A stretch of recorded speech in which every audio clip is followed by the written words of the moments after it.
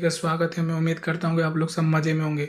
जैसा कि आप अपनी स्क्रीन पर देख रहे हैं, आज जो है हम संसदीय समिति से संबंधित क्वेश्चन करने वाले हैं। लास्ट क्लास में भी हमने कुछ क्वेश्चन किए हुए थे। अगर आपने अभी तक उन वीडियो को जाकर नहीं देखा है तो जाकर जरूर देखेंगे।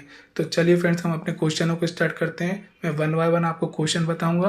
आप वीडियो को पॉज करके आपको क्या आंसर लगता है उसके दिए गए आंसर से मैच करिएगा, और वीडियो के लास्ट में हमें ये कमेंट सेक्शन में जरूर बताइएगा कि आपके कितने क्वेश्चन सही निकले। तो चलिए फ्रेंड्स, हम स्टार्ट करते हैं। हमारा पहला क्वेश्चन है कि निम्नलिखित में से कौन सी भारतीय संसद की वित्तीय समितियां हैं। और पहला ऑप्शन है सार्वजनिक लेखा समिति, सार्वजनिक लेखा समिति। ऑप्शन 2 है प्रकलन समिति। ऑप्शन 3 है सार्वजनिक उपक्रम समिति। तो फ्रेंड्स, नीचे दिए गए विकल्प में से सही उत्तर को हमें चुनना है। तो ऑप्शन ए है केवल 1, ऑप्शन बी है 1 और 2, ऑप्शन सी है 1 और 3, ऑप्शन डी है 1, 2 और 3। तो फ्रेंड्स, इसका आंसर जो है वह है आंसर डी, यानी सार्वजनिक लेखा समिति, प्रकलन समिति, सार्वजनिक उपक्रम समिति। ये तीनों जो है भारतीय संसद की वित्तीय समितियां हैं। तो फ्रेंड्स, आइए हम इन समितियों के बारे में जान लेते हैं आखिर ये है क्या। तो स्टार्ट करते हैं सार्वजनिक लेखा समिति से। तो फ्रेंड्स, इसमें जो होता है दोनों सदनों के निर्वाचित सदस्य होते हैं, जिनकी कुल संख्या 22 होती है, जिसमें 15 सदस्य लोकसभा के होते हैं और 7 सदस्य जो होते हैं वो राज्यसभा के होते हैं। और इसका जो कार्यकाल होता है वो 1 वर्ष का होता है, और इसकी अध्यक्ष की जो नियुक्ति की जाती है वो लोकसभा के अध्यक्ष के द्वारा की जाती है। और इसमें सबसे बड़ी बात ये होती है कि इस समिति में कोई भी मंत्री जो होता है इसका सदस्य नहीं होता है। और अगर भविष्य में जाके कोई समिति का सदस्य मंत्री बनता है तो उसको समिति से त्याग पत्र देना पड़ता है। इसका जो कार्य होता है कि जो कैग की रिपोर्ट होती है उसकी ये जांच करती है। तो आई होप आपको सार्वजनिक लेखा समिति समझ में आ गया होगा। अब नेक्स्ट समझते हैं हम प्रकलन समिति क्या होती है। ये संसद की सबसे बड़ी समिति है। इसमें केवल और केवल जो याद रखने वाली चीज़ है यही कि इसमें केवल और केवल लोकसभा के निर्वाचित सदस्य जो होते हैं वही होते हैं, जिनकी संख्या 30 होती है। इसमें केवल और केवल याद रखिएगा फ्रेंड्स, मैं दोबारा रिपीट कर रहा हूँ, केवल लोकसभा के ही 30 सदस्य होते हैं निर्वाचित, और कोई नहीं होता है। राज्यसभा के बिल्कुल नहीं होते इसमें। और इसका भी जो कार्यकाल होता है वो 1 वर्ष का होता है। इस समिति में भी कोई भी सदस्य जो होता है वो मंत्री का नहीं होता है, और या फ्यूचर में कोई सदस्य समिति का मंत्री बनता है तो उसको त्याग पत्र देना पड़ता है। और इसकी अध्यक्ष की नियुक्ति भी लोकसभा के अध्यक्ष के द्वारा की जाती है, और इसका जो कार्य है वो संगठन और प्रशासन में सुधार के लिए किया जाता है। तो आई होप आपको प्रकलन समिति भी काफ़ी अच्छे से समझ में आ गई होगी। अब नेक्स्ट बढ़ते हैं हम सार्वजनिक उपक्रम समिति में। तो फ्रेंड, इसमें भी जो होता है दोनों सदनों के निर्वाचित सदस्य होते हैं। लोकसभा के भी 15 होते हैं और राज्यसभा के 7 होते हैं, और इसका कार्यकाल भी 1 वर्ष का होता है। इसके अध्यक्ष की नियुक्ति भी जो की जाती है वो लोकसभा के अध्यक्ष के द्वारा की जाती है। और इस समिति में कोई भी मंत्री सदस्य नहीं होता है, और अगर भविष्य में जाके कोई सदस्य मंत्री बनता है तो उसको इस समिति से त्याग पत्र देना पड़ता है। आई होप आपको ये समझ में आ गया होगा।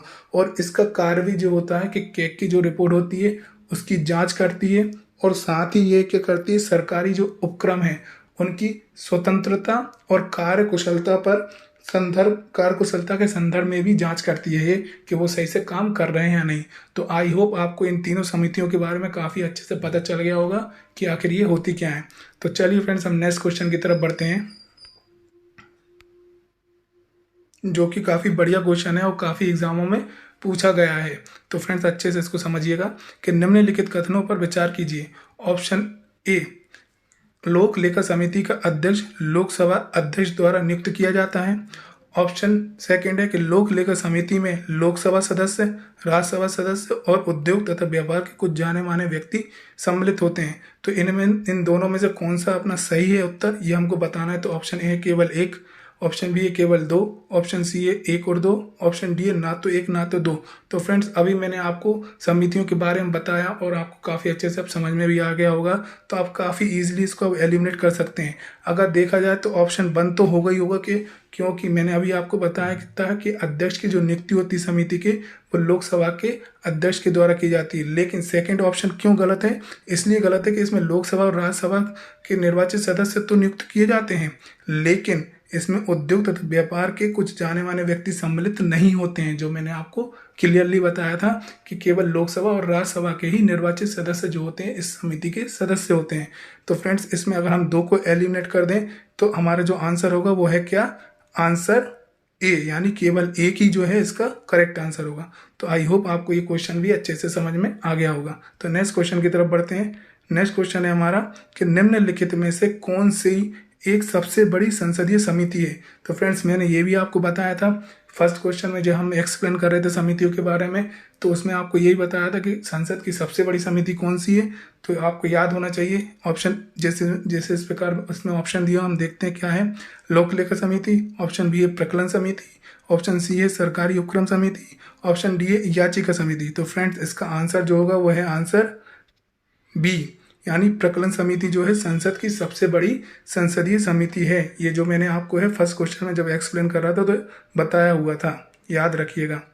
प्रकलन समिति के सदस्यों का कार्यकाल होता है, ये भी आपको फर्स्ट वीडियो में ही फर्स्ट क्वेश्चन के एक्सप्लेनेशन में मैंने आपको अच्छे से बताया था। आई होप आपको याद होगा। 2 वर्ष का, ऑप्शन बी है 1 वर्ष का, ऑप्शन सी है 3 वर्ष का, ऑप्शन डी है 4 वर्ष का।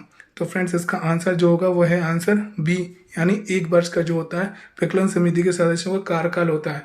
प्रकलन समिति नहीं, जितनी भी समितियां हैं सभी का कार्यकाल जो होता है 1 वर्ष का होता है, याद रखिएगा। नेक्स्ट क्वेश्चन की तरफ बढ़ते हैं।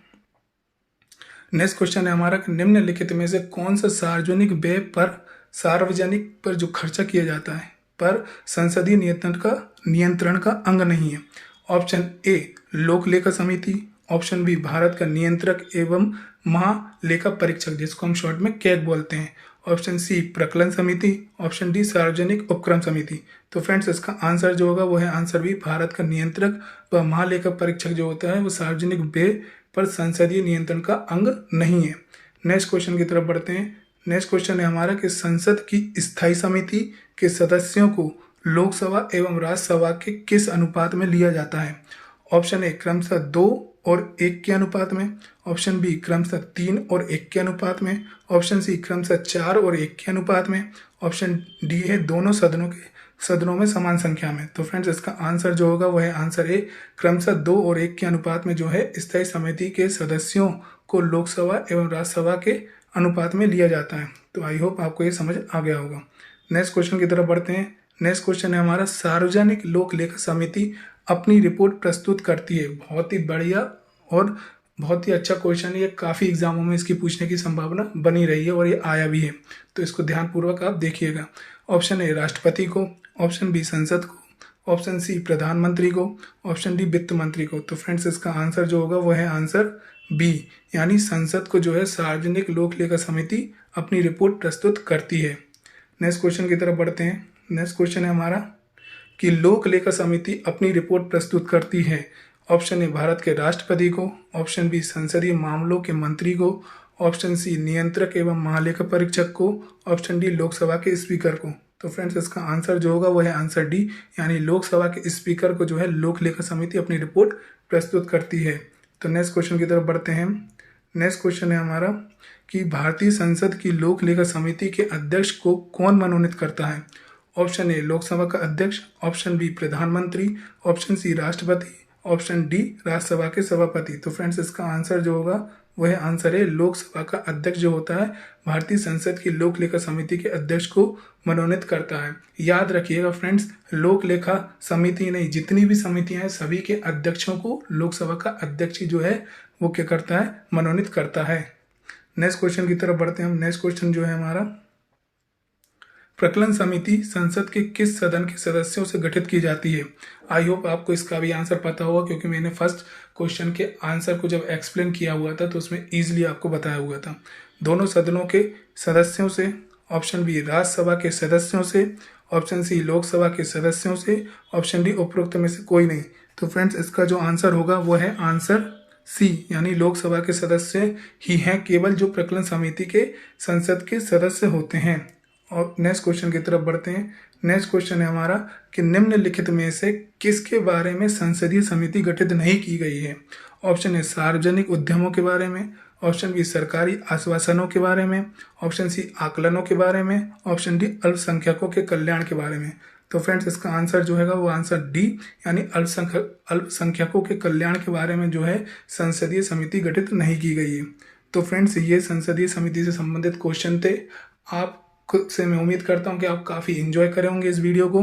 तो फ्रेंड्स अगर आप चाहते हैं कि इसी प्रकार की और वीडियो मैं आपके लिए लेकर आऊं तो फ्रेंड्स हमारे चैनल को ज़्यादा से ज़्यादा लाइक, शेयर एंड सब्सक्राइब करें, क्योंकि आपके सब्सक्राइब से ही हमें मोटिवेशन मिलता है और वीडियो बड़ा बनाने का। साथ ही हमारे चैनल के बेल आइकन को जरूर दबा के रखें ताकि हमारे वीडियो की जो भी लेटेस्ट नोटिफिकेशन है आप तक सबसे पहले पहुंच सके। Thank you so much.